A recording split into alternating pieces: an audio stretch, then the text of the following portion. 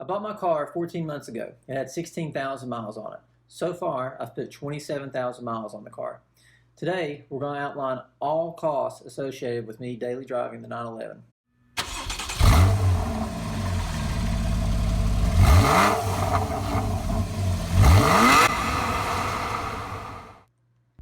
So let's start with fuel and insurance.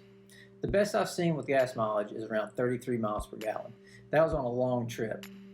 This snapshot was taken from a quick drive this morning with a combination of back roads and highway driving. On average, I see about 27 miles per gallon. In my area, usually I see about $2.70 per gallon for premium fuel. That puts us right at 10 cents per gallon on fuel costs. Now, most people would think a car like this is pretty expensive to insure. Now, that's not exactly true in my case. Now, I'm 35 years old. I've got a pretty clean record with a couple tickets here and there, and I spend $82 a month for full coverage on the 911. Now, if you do the math, that comes down to about 4 cents per mile, which really isn't that bad. It's better than some of my older cars, like my Mustang GT, which was much more expensive. But then you have to take consideration I was also in my young 20s, so rates are going to be a little bit higher anyway. So license, registrations, property tax, inspections, that kind of stuff, everybody has to pay them. So far, I've had to pay $637.19 on the car. That comes out to about 3 cents per mile. So now let's move on to the biggest expenses of any cars, the service and the depreciation. So let's talk about service first. So far, I've spent just over $3,800 on routine maintenance and tires. Here's a little breakdown of all the services. As you can see, the majority of the expenses come from neither the tires or the 40,000 mile service. The 40,000 mile service is pretty labor intensive.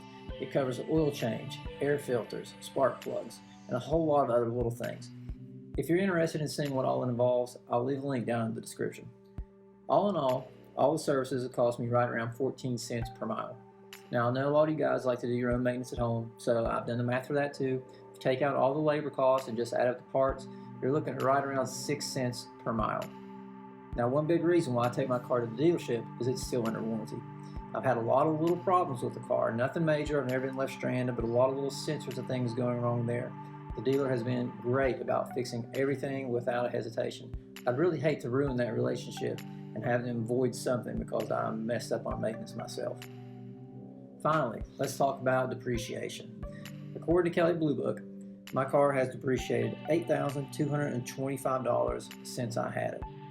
So that comes to 31 cents per mile, which sounds like a lot, but if you look at the original sticker price on the car, it only adds up to about 7.5% of what was originally paid for the car. I don't think that's that bad for driving a car 27,000 miles. So what do all these numbers mean? Let's compare them to a normal, average, everyday car. In 2015, AAA did a study. They looked at the cost of ownership of multiple cars through various categories, and they came up with some numbers. Here's a chart comparing the expenses of my car versus an average car. The 911 is a little more expensive than a normal everyday car, but not as bad as you would think. It's nowhere even close to something like a Ferrari that would cost you over $2 a mile. So that's it, guys. If you know your running costs, leave them in the comments below. I'd love to see how other cars compare. If you have any questions about anything, just let me know. If you like the video, hit the little thumbs up button. And as always, don't forget to subscribe. Thanks, guys.